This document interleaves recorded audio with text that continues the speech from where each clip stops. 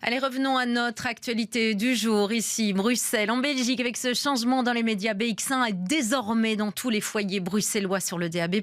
Il fallait le fêter en grande pompe. Vanessa Lhuillier, vous êtes en direct de la fête depuis le Blue Point à Reyers et vous avez à côté de vous l'heureux directeur de BX1, Marc Dehaene. Oui, effectivement, Fanny. Alors, je ne sais pas s'il est heureux. On va lui poser la question, mais je suppose, Marc Dehaene, est-ce que vous êtes heureux de ce nouveau lancement ? Ah oui, absolument. C'est la concrétisation d'un énorme travail, d'énormes espoirs.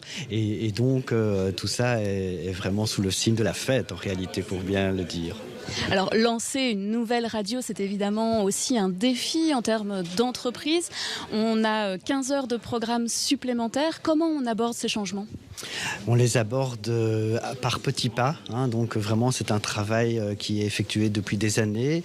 3 ans de web radio, ça nous a permis vraiment de nous frotter à ce nouveau média, de s'adjoindre les compétences qui nous manquaient. Et ça a été un entraînement extraordinaire pour passer véritablement à la catégorie supérieure. Parce qu'une radio en DAB+, une radio broadcast, ça demande une programmation beaucoup plus importante, linéaire, donc en gardant l'intérêt des gens d'une émission à l'autre. C'est une toute autre approche et on a une sorte de grande répétition pendant 3 ans qui fait que maintenant, aujourd'hui, on est clairement prêt. Alors, on est prêt effectivement avec le DAB. On va aussi avoir des changements à l'avenir à BX1. On va notamment déménager. On l'a dit, on est en direct de Reyers avec un bâtiment qui va donc arriver incessamment sous peu. Où est-ce qu'on en est dans ce bâtiment ? Le bâtiment, il faut regarder par la fenêtre. Il est en train de monter, donc il se construit tout doucement.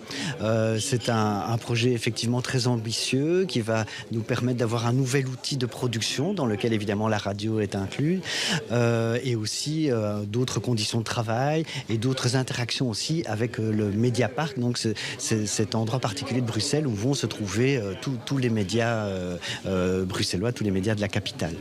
Vous espérez que ça va donner quoi comme impulsion, cette concentration de médias ? Je pense que ça facilite les échanges et les relations, ça c'est évident.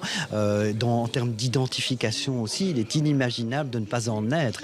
Pour le média régional bruxellois, ne pas être dans le parc régional bruxellois, c'était pas possible. Et on est à la porte, on est vraiment à l'entrée. Notre bâtiment est en train de se construire à l'angle du boulevard Reyers, donc en termes de visibilité, on est juste à la limite entre ce Mediapark et la ville elle-même.